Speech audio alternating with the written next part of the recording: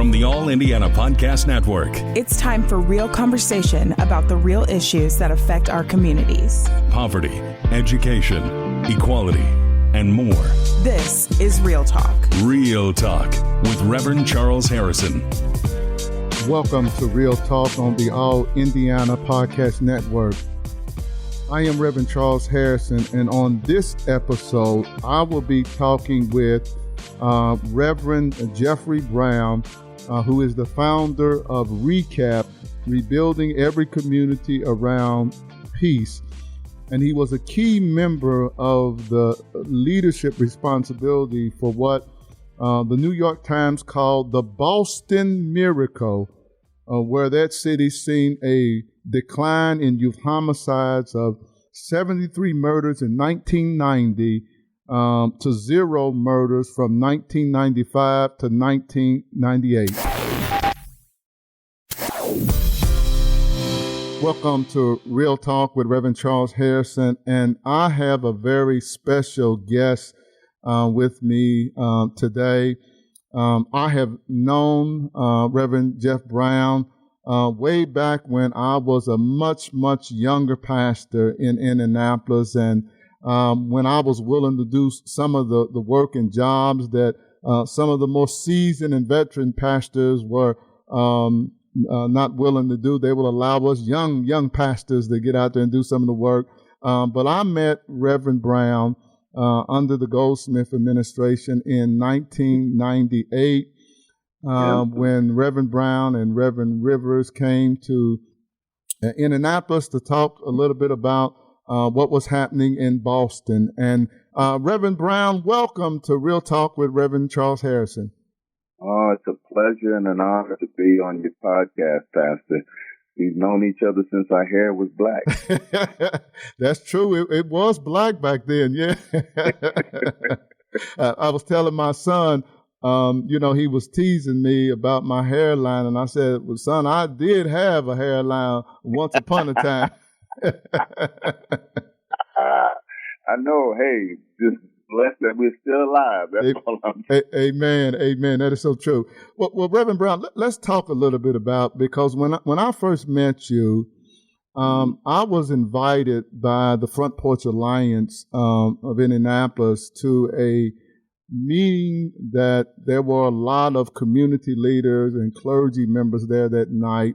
And certainly in our city in 1998, we had experienced for the first time in years record-breaking violence. And I had the opportunity to meet you and to hear the story of how preachers, pastors were a part of helping to curb the violence in Boston. And I was so impressed by your story that it inspired me to want to get involved, particularly knowing my own background when I was in the streets and after my brother had gotten killed, how it was men in the church that helped prevent me from getting revenge against those who had killed my brother, along with my friends and the clique that I was a part of. So it kind of led me to getting involved in this whole issue. So talk a little bit about what happened in Boston for our listeners that kind of got the attention of the whole nation. Yeah. So it really started in the late 80s and early 90s. As you know, the crack epidemic was really gaining steam at around that time. And there was a proliferation of guns that started to show up all through the community. And so we had a lot of young people getting involved in the drug trade and getting to shoot their rivals. And it had gotten to a point in Boston, particularly, 1990, 91, where the violence was so out of control that it was just alarming to, everyone who lived in the community. You had folks who were getting shot that had absolutely nothing to do with the violence or the drug trade that was on the streets. But because these disputes would spill over into everyday life, it was just causing, huge disruptions, within the community. And it was very clear that something needed to be done about it. So there were a number of us clergy who got together and tried to make statements and do marches, as folks would do, to bring a light on to the violence. But it became clear to a small segment of us that we needed to go deeper than that. That no matter how many programs we create in the church, there aren't any programs that are compelling enough to bring the youth that we really needed to bring in to our sanctuaries. And those were the ones who were doing shooting, those who were, an active part of that gang life. And so the mission became clear that if we couldn't get them into our churches, that we had to come out of the four walls of our sanctuaries and meet the youth where they were. And for me, it happened when a couple of young people were killed just about 100 yards or so from my church. And it was clear that in the direction that they were running in, that they were running towards my church. So because there was no one there would have been no one there to help them. And I took that as a sign, Pastor, that this is an issue that we cannot ignore as communities of faith. That we can't allow, other elements of our society to deal with this issue because it is as much our issue as it is everyone else's. And so it became really important for us to respond. We were losing an entire generation to this age of violence. And so our response became critical. And so we started after an incident that happened in a major church in our city where a wake was disrupted by gang dispute, a young man who was almost killed in front of the altar. When that incident happened, it became clear that those of us who have been doing our thing, in our own vine and fig tree, we decided that we need to come together and do it collectively. And that was the beginning of what we call the 10-Point Coalition. So the incident that happened in the church, probably did it shock the clergy and the community that it came inside the church? Yeah, it was a huge shock. I mean, I think before then, Pastor, folks were thinking that, that was something that happened outside of the church or outside of the environs of the regular people of the community, if you will. But it became clear that a line had been crossed. And once that line gets crossed, it can get crossed again with sometimes devastating consequences like the one that Morning Star Baptist Church experienced. It was Morning Star Baptist Church in the Mattapan section of Boston. And actually, May 18th would be the 30th anniversary of that Morning Star incident. Wow. And so when that happened, the pastor of the church called a series of clergy meetings for about 2 months, and clergy from all across the area came together, over 300, and we started talking about how to respond. But within that larger group, there was this subset of clergy like Eugene Rivers and Ray Hammond, Hesse Harris, Nellie Yarborough, Susie Thomas, Bishop, he's now Bishop, but Gideon Thompson, and several other clergy started coming together and having these conversations about what we've been doing outside of the four walls of our church. And on one of those last meetings, we decided to come together. It was in August of that year, meeting at the house of Reverend Eugene Rivers on Friday night at 10 o'clock at night. And we started walking the streets. And what made that really significant, Pastor, was that Reverend Rivers lived in the Four Corners section of Dorchester. And at that time, it was the most violent neighborhood in the city. Wow. So if we figured if we were going to make any impact or if this was going to make any difference at all, it had to be made there.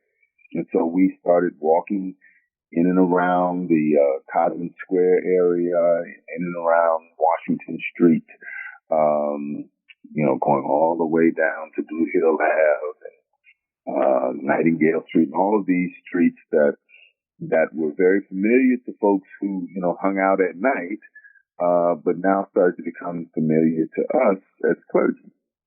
And when we did that work, Pastor, it was to really try to understand, this world that is seemingly crashing into ours, where you've got all this violence and all this territorialism. We tried to understand it because we didn't understand it at the time. And the only people who could tell us about it were the folks who were out there. So what made y'all decide the time that y'all went out at 10 o'clock? And I imagine y'all were out for several hours at that nighttime. What was strategic about that time? Well, we needed to go to the places where they hung out, and we needed to go at a time that we knew that they were there. Okay. So there were some of us who had already had similar experiences like myself. And I know Rivers and Ray Hammond also had very similar experiences of walking in our neighborhoods. But, if you walk during the day, you see folks who are out during the day. Yeah. When you walk at night, you see what's happening. And so it became clear that we had to do it at night. And we had to find those areas where those youths were hanging out so that we can actually have conversations with them.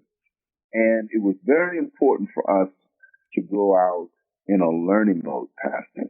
This was not an evangelistic effort. This was not a time where you go out and, pass out tracts and ask folks, do you know Jesus? All of that.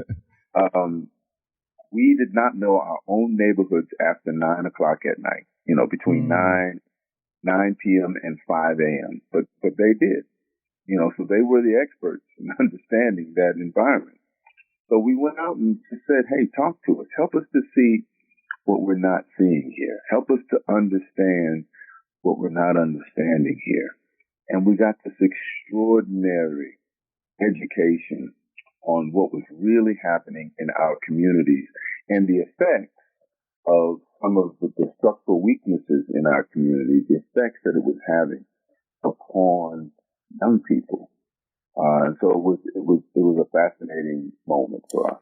So how were y'all viewed and taken, where you have a bunch of clergy that are walking the streets at 10 p.m. and after?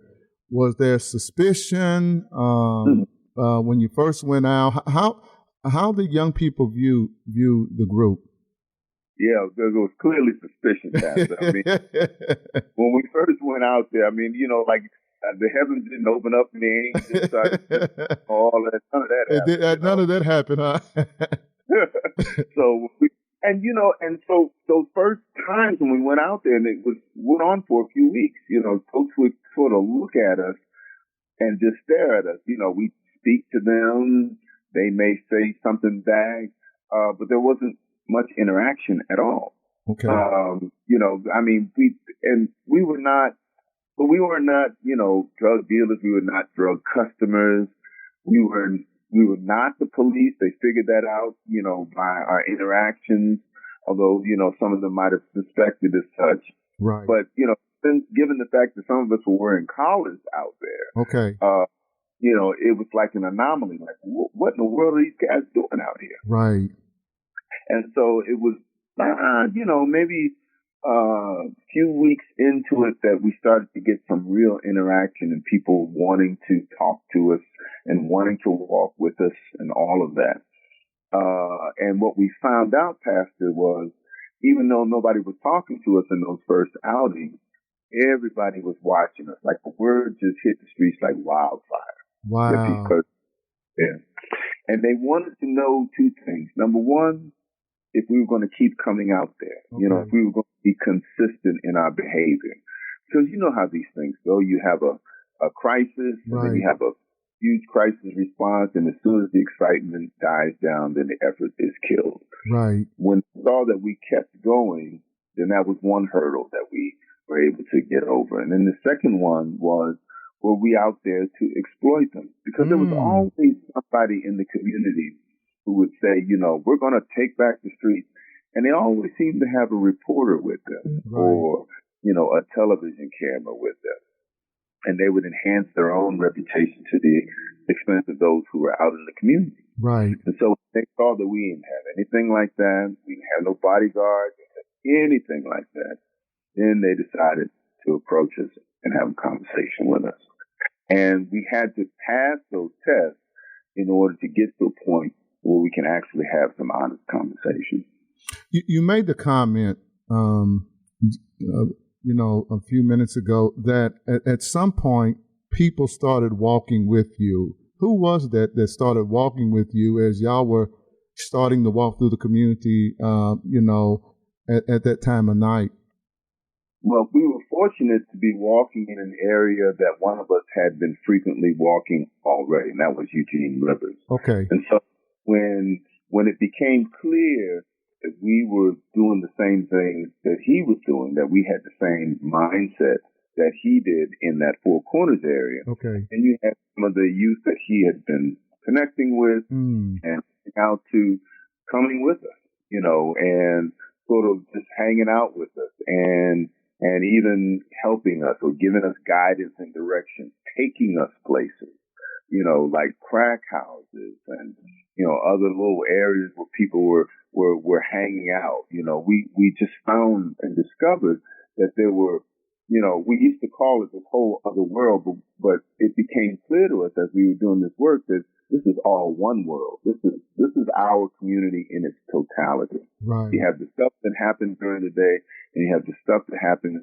during the night, and you have to embrace all of it, not just the parts that make you feel comfortable. And so those people who were involved or maybe not involved, but, were well aware of what was happening out in the streets, they'd be out there. And we would talk to anyone. I mean, we'd talk to, drug dealers, we'd talk to gang members, we'd talk to prostitutes, we'd talk to pimps, we'd talk to whoever is out there. We would have conversations with you. Anybody who was willing to stop and have, conversations, we would have that conversation with them. And there'd be times in which we would get phone calls. Wow. And they would say, why don't you come out this night? So it's not on a Friday night or Saturday night because we added that night to the thing. And they would say, come on, we want you to, either meet some folks or talk to some people or see what I'm doing, all that. And we would just I would jump in the car and just come on out there. Wow. At what point, Reverend Brown, did you feel like you were making some headway? Was there ever that moment where you felt like you were starting to make some headway with the violence in the Dorchester area? So, I think the strength of our resolve to continue doing this was really the question of relevance. What we were asking ourselves was, is what we're doing, making a difference? Is it making a difference in the lives of the people that we encounter? Are they understanding what we are seeking to do, which is to stop the violence, in our community? And there were two incidences that happened early on that I always point to as the moments for me where I was like, I'm going to do this and I'm not going to stop until it's done. And the first one was I remember we were on Washington Street, and there was a portion of Washington Street that was a stroll. And a stroll is, a place where prostitutes will hang out and sort of pick up johns and all that kind of stuff. So we were walking on that side, and there was a woman who got out of a car and ran up to us and said, "You guys are the clergy. You guys are the ministers that are walking outside." And we were like, yeah, that's who we are. She had a son that was 12 years old that had been committed to juvenile detention hall. And he had been acting out in juvie. And so she said, can one of you just go and talk to him and have prayer with him for me, please? And we were like, absolutely, we would do that. And so, she said, thank you so much. And she went on about her business. And to me, that was a point where you had someone who normally would not have somebody to go and reach out to, knew that if she was, on the street, that there were folks on the street that she could connect with. So that was really important to me. And when we went and talked to the young person, we found out that, part of the reason that he was hanging out was the lifestyle of his mother. And so it was a matter of, really trying to find a way to help her and then therefore help her son. Wow. And then it helped us to understand the connections, that violence does not come out of thin air. It comes out of a context, whether it's family context or whether it's a community context or a neighborhood context, and that we have to understand those contexts if we're going to effectively, deal with violence. The second one, Pastor, was around this group called the HQ Boys. They were a group of guys in which the leader was really close to Reverend Eugene Rivers. And they used to hang out in a park.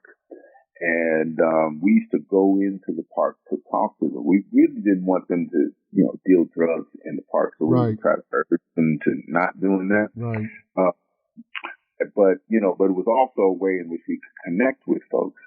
There used to be a guy that would let us into the park with a chain link fence that separated the park from the street. And of course, a door that you can go into. And there was always a guy at the door. He would open the door to let us in.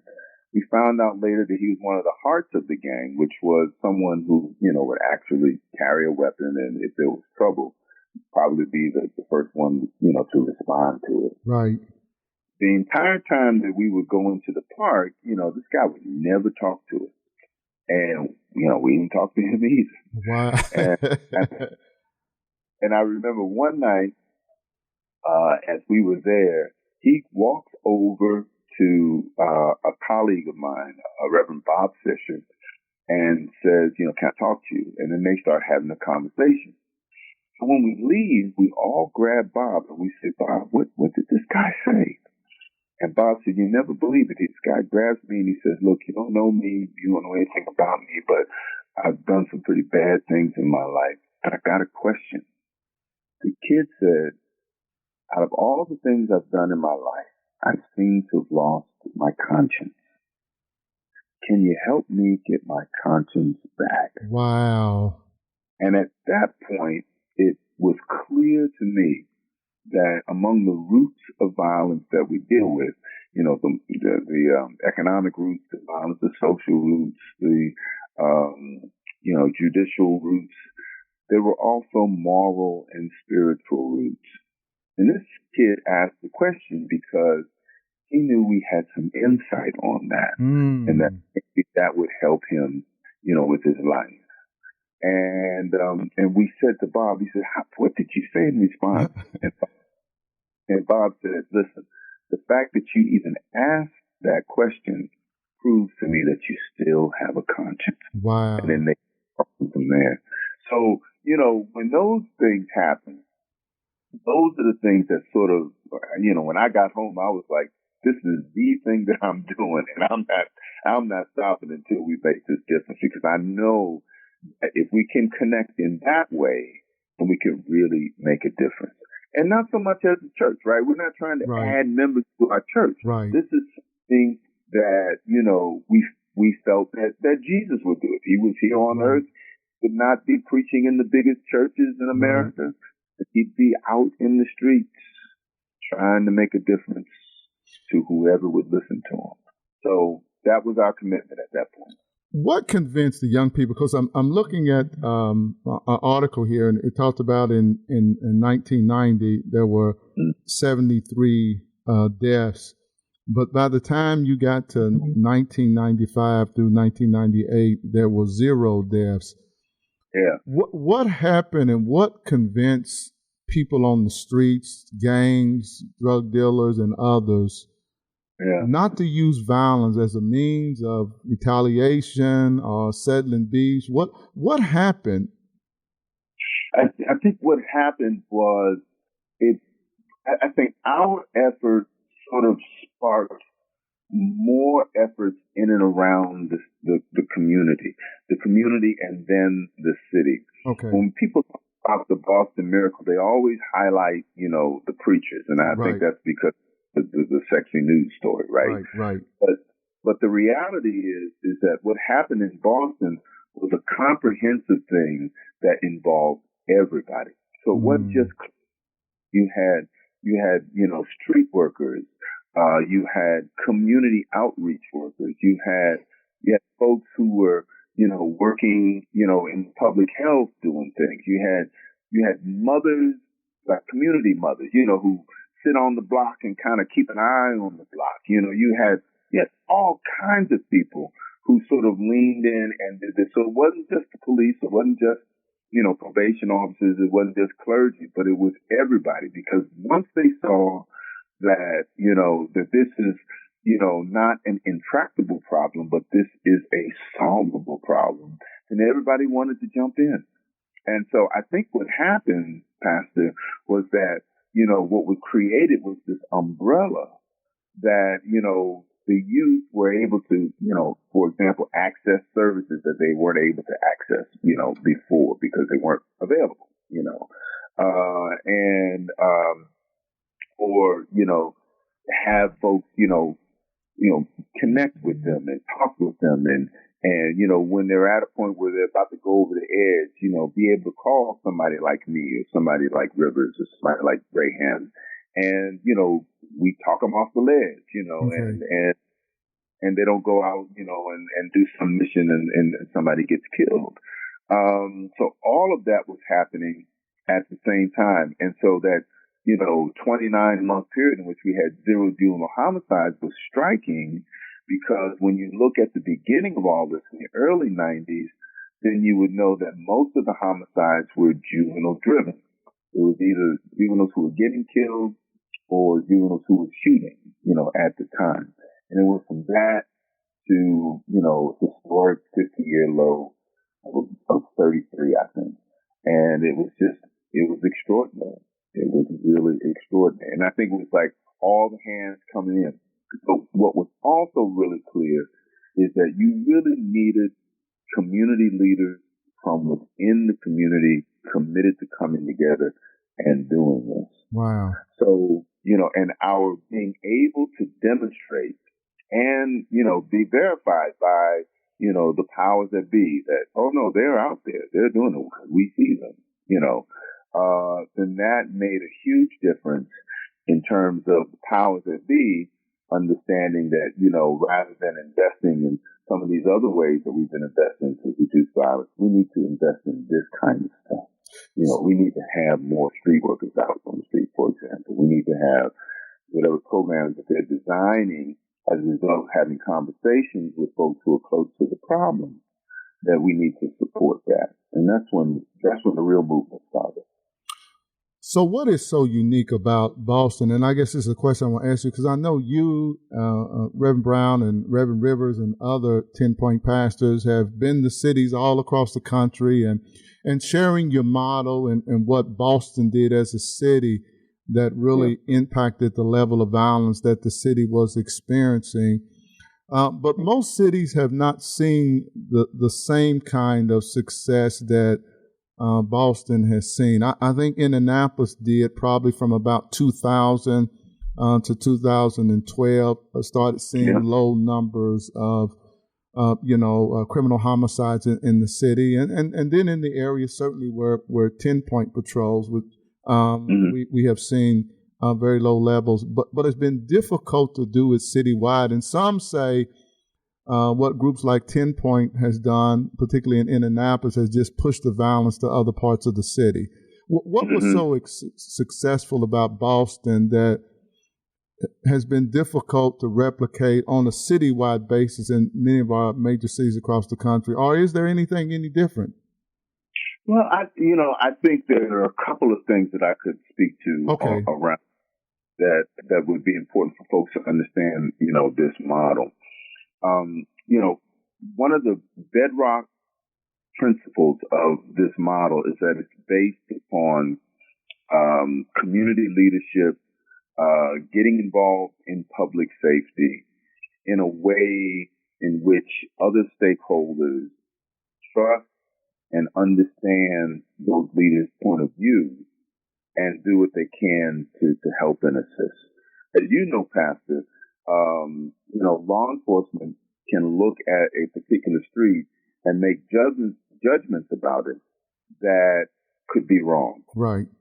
And it would take someone like us being on that same street to get them to understand the nuances of what's happening on the street and to be able to trust our judgment and then sort of follow through, which would mean a better chance at community relations because you have community leaders that are involved, right? Okay. So, I mean, for example, they would look at Magnolia Street in Dorchester, say, and they'd see 30 youth on Magnolia Street. Back in those days, in the 90s, early 90s, the police would look at Magnolia Street and they would think, okay, there are 30 members, potentially 30 members of the Magnolia Street gang, right? And they were doing sweeps in those days. So, they figured their best chance is to, pick up all the old warrants and that way they could, sweep the street of violence, right?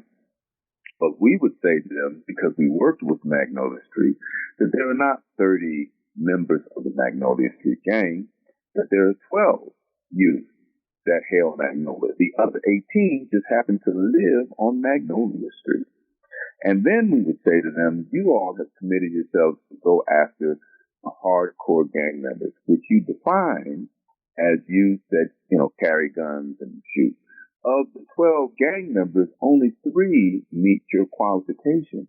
So why are you going after 30 youth? Go after the 3 and then leave the 27 to us so that we could help change the direction of their lives. And that kind of insight is at the heart of the work that you and I both do. Right. For many communities across the country, people have looked at our approach as a tool in the law enforcement toolkit. And when you look at it in that way, then you've already lost the game. Because of the problem is not, better law enforcement. The problem is law enforcement not being able to interact with the community. And when they begin to interact with the community and view community leaders with respect and respect their opinion and insight as to what's happening in the community, then you can start to make a difference. We believe in Boston that collaborative approach to violence reduction has sort of bled into all facets of the city. And so Boston, although we've had some ups and downs, still has among the lowest homicide rates, in decades. And it's been persistent. And what we say to folks is that if you look at it purely from a law enforcement perspective, then you're not going to get the real story of what happened in Boston. You have to broaden your understanding. You have to be able to engender the trust of the community and have the community participate and then respect the community's opinion about what they see and what they know about the community that they serve. And that's, I think, the key to Boston. And when you see other cities, if they look at it as, another aspect of law enforcement, then, they'll have some small success, but, you'll see it go up and down because it's not rooted in a community partnership. You really need that community partnership in order for this to work. That's been one of my observations over the years. I think the reason Indy 10 Point has been effective is because we have those kind of collaborative partnerships in the neighborhoods where our churches are located, and we have those built-in relationships with people in the community. But it's been difficult to try to replicate that in other parts of the city where we are not, there, on an everyday basis. And I'm of the opinion that, how do we get neighborhoods in different parts of the city where we're seeing high levels of violence to have more of a neighborhood initiative using the principles and the strategy of like a 10 Point and other organizations that do similar kind of work, rather than trying to do a citywide initiative. Because I think from my experience, that's where we have not been as successful when we try to do a citywide approach, when every neighborhood is kind of different. And every neighborhood is different. You're absolutely right about that. And there are some approaches to a neighborhood that may not have a strong faith network, for example. That's right. And so you use what you have available. I mean, one of the things that was clear to us as we were doing this work is that, we felt a lot of heat from establishment pastors, those pastors of the significant churches of the day. Right. And they were like, what are you guys doing? Why are you all getting all this press and, and all this kind of stuff? And we would say to them, listen, we're doing this because we're willing to put our lives and our bodies to this work, right? Because there's no safety, going out on the streets. I mean, there's no guaranteed safety. We don't have escorts or anything like that. We go out there, on prayer. And we trust in the Lord, of course, but the reality is that something could have happened to any one of us when we were out there, but we did it because we love our community. And when I would go to other communities, like other cities, to talk to pastors, the smaller church pastors were the ones who really understood what I was talking about. Yeah, that's true. And really wanting to commit themselves to this. But because of the politics of clergy, as you well know, Pastor. Yes, Lord. You'd have, they said, well, if so-and-so's not involved, this thing won't get off the ground, right? And, and I used to remember Reverend Rivers when he would say, you really want to try to avoid those large church pastors. And the way he would characterize it was that, if you go to a church and the pastor's name is bigger than Jesus' name, that's the church you want to work with, right?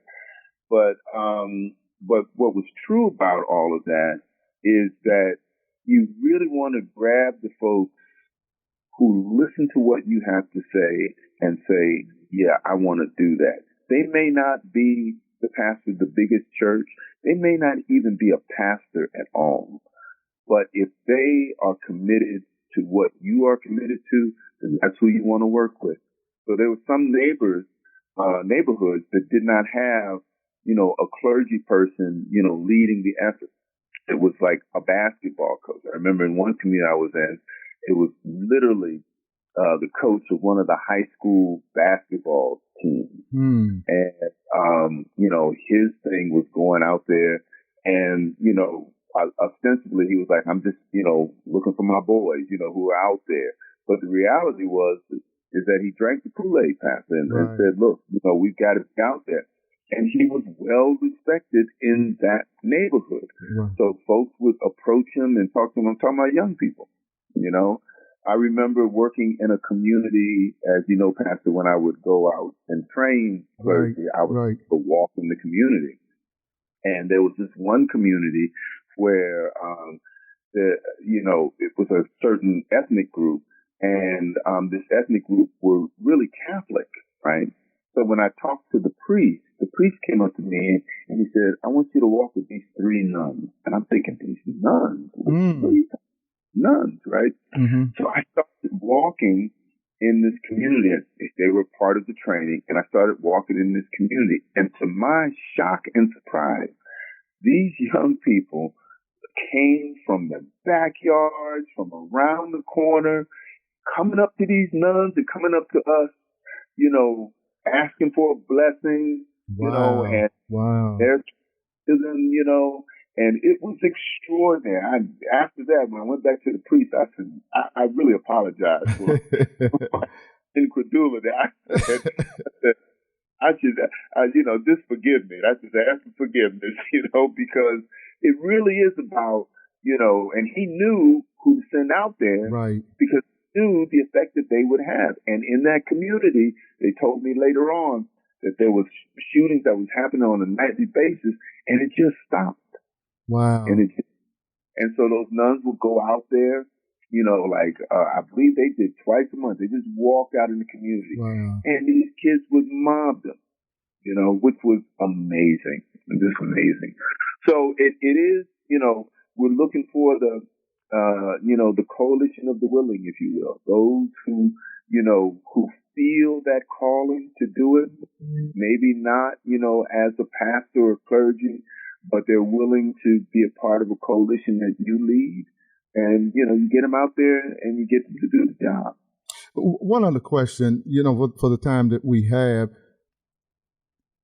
are cities like Chicago, Philadelphia, New York, are those cities so big with so much violence that this model would have a difficult time being successful in those large cities with so much history, so much gang violence, that this model would have a difficult time reducing the level of violence that they're now seeing?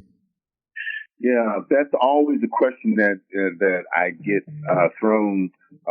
There are always folks who say, is this issue that you're dealing with was it successful in Boston because Boston was a smaller big city, right? And when you look at an Atlanta, or if you look at as you said, Chicago or Los Angeles or Philadelphia, you have to do something different. And my response is, you don't have to do something different. When you're talking about scale, inevitably you have to talk about resources. Okay. So we would say to folks, if you are in those areas, like in, South Chicago, the South Side of Chicago or the West Side of Chicago, or if you're, in Watts or, South Central or South Los Angeles, or if you're in North Philly, West Philly, and you are in need of putting something like this together, it inevitably has to come, with resources. And that's where the advocacy piece of what you do comes into play. Because when it's clear that what you're doing in your smaller sector is working, then it should be clear to your city that they need to dedicate public safety resources towards your efforts. I mean, for the politicians, it would work because you'd have constituents that are committed, to doing this job, and that works. But you always have to get around the politics of that particular city, and so it was. I remember one community that I was about to work in the Midwest. The proposal that I had brought to them was brought into the city by a certain politician, and then I found out that certain politician was also running for mayor, and so it was a part of that mayoral platform, right? And he lost, and because he lost, the person who was put in charge of the public safety office completely ignored, what that other person had brought, because it was involved in the politics of the day. And so, those policies become more intense the larger the city. And so it's like a minefield, and you have to try to figure out ways to.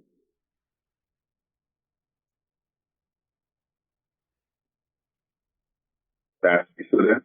Yes, I am. Okay, I lost you for a second. I'm still here. Okay. Yeah, so I was saying that's where you really, it's getting around the politics of that has always been the problem. I could talk to you for hours about this subject, and because there's so many other things that I want to bring up, and our time has just really gone by, because one of the issues that, and you're certainly right, that I've had to deal with, and the 10-point organization, as we've tried to work with cities in the Midwest, is certainly the politics. And we're about to do something in Cleveland, so I want to give you a call about that. But Reverend Brown, thank you so much for joining me today. I want to have you back because I didn't get a chance to talk about the whole issue of Black Lives Matter, this social justice issue and law enforcement. And sometimes I felt like, 10 Point was caught in the middle of that, between what's happening with law enforcement, Black Lives Matter, and us trying to, build those collaborative partnerships on the ground to reduce violence. So I would certainly like to invite you back, maybe late summer, early fall, and let's continue this conversation. You got it. It's always a pleasure talking to a fellow OG. All right. All right. Thank you, my friend. All right, man. I am Reverend Charles Harrison, and this has been Real Talk. Join me next time as I bring you more real talk about the real issues that affect our communities here in Indianapolis and across the country. This is Reverend Charles Harrison, and I hope you enjoyed today's episode. Remember to be sure to follow and subscribe to this podcast and share it on Facebook and Twitter. This is Reverend Harrison, and I pray that you have a blessed day. This is Real Talk with Reverend Charles Harrison. Be sure to like and subscribe to this podcast. And be sure to check out other great podcasts on the All Indiana Podcast Network. Online now at allindianapodcast.com.